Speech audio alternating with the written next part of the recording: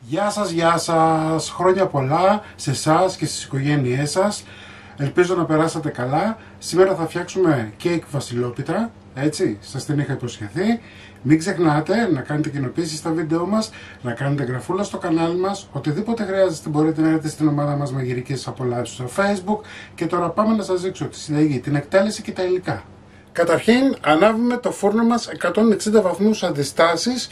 Το ταψί θα μπει στη μέση του φούρνου και θα χρειαστούμε περίπου μία ώρα ψήσιμο, ίσως και 70 λεπτά. Λοιπόν, έχουμε 6 αυγά, 400 γραμμάρια ζάχαρη. Μπορείτε να την μειώσετε αν σας φαίνεται πολύ η ζάχαρη μέχρι 350 γραμμάρια. Θα την χτυπήσουμε με έναν αυγοδάρτη για να μην μας μυρίζει το αυγό. Χτυπώντας το με τη ζάχαρη δεν μυρίζει τόσο έντονα το αυγό. Λοιπόν, θα ρίξουμε 2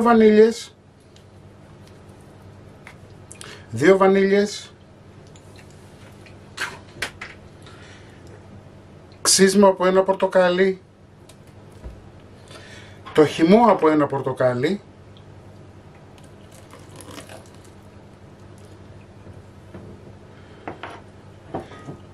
...280 γραμμάρια γάλα, χτυπάμε λιγάκι.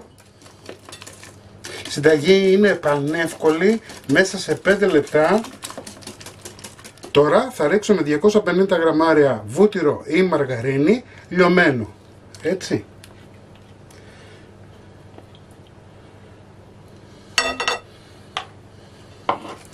Ανακατεύουμε καλά. Εδώ έχω 600 γραμμάρια αλεύρι που φουσκώνει μόνο του και εδώ ένα κουταλάκι του γλυκού baking powder.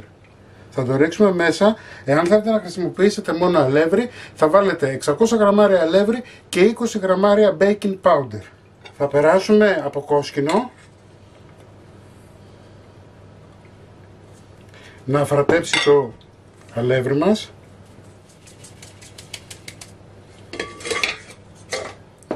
Ανακατεύουμε με μία σπάτουλα.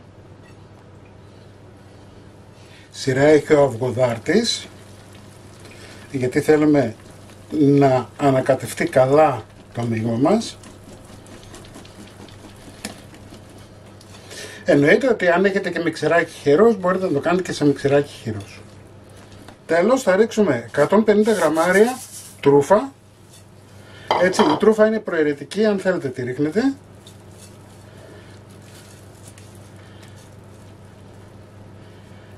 Θα ανακατέψουμε να πάει παντού. Πιστέψτε με, είναι φανταστική, μένει αφράτη, δεν τρίβεται. Έτσι, εδώ έχω ένα ταψί τριαντάρι, έχω βάλει λαδόκολλα κάτω και γύρω γύρω έχω βουτυρώσει. Θα ρίξουμε το μείγμα.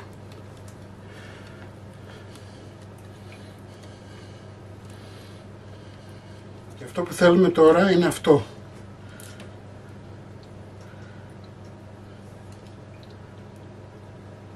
Βλέπετε τι κάνω, πηγαίνω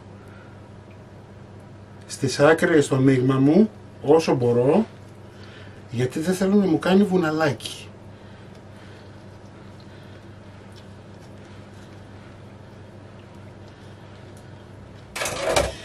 Εάν δείτε εδώ υπάρχει τώρα πλέον ένα μικρό βαθούλωμα, έτσι, αυτό θα βοηθήσει και να μην σας κάνει βουνό. Λοιπόν, πάμε για ψήσιμο 60 με 70 λεπτά, 160 αντιστάσεις. Λοιπόν, η βασιλόπιτά μας είναι έτοιμη. Θα την αφήσετε να κρυώσει πάρα πολύ καλά για να μπορέσουμε να την ξεφορμάρουμε. Κρυώνει πάρα πολύ καλά και μετά στολίζουμε. Λοιπόν, την αφήσαμε κρυώσει καλά. Εδώ έχω 300 γραμμάρια κουβερτούρα γάλακτος άσπρη και εδώ έχω 20 με 30 γραμμάρια σπορέλαιο. Εντάξει, μισό σφινάκι περίπου. Λοιπόν, θα το κλείσω, θα το βάλω στα μικροκύματα. Αν δεν έχετε μικροκυμάτων μπορείτε άνετα να το βάλετε σε μπεν μαρί όπως σας βολεύει.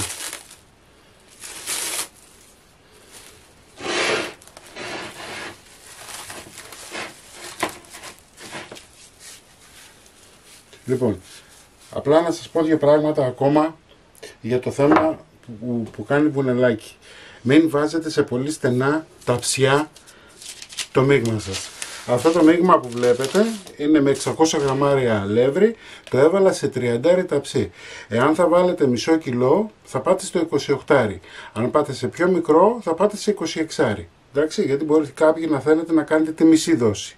Λοιπόν, πάω να λιώσω τη σοκολάτα και επανέρχομαι. Λοιπόν, ξεκινάμε σιγά σιγά.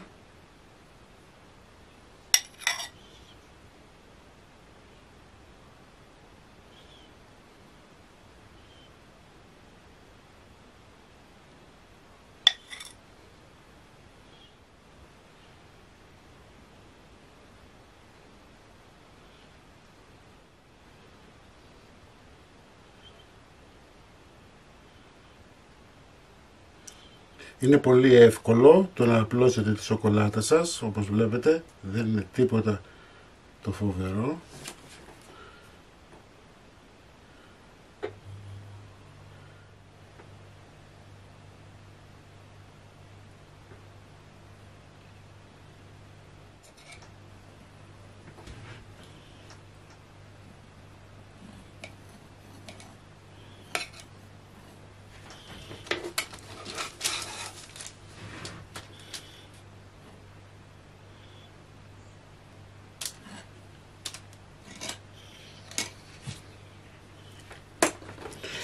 Θα πάρετε τώρα λιγάκι, θα τη χτυπήσετε, βλέπετε πως διορθώθηκε κατευθείαν από πάνω.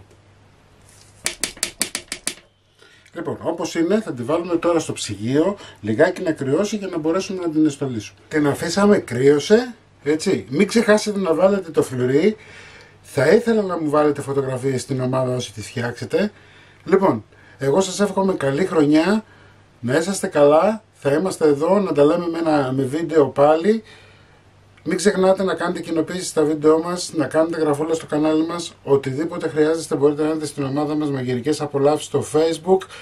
Και κομμένη θα την δείτε στην αρχή, αλλά και στολισμένη με έναν ιδιαίτερο τρόπο. Λοιπόν, να είστε καλά, καλή χρονιά!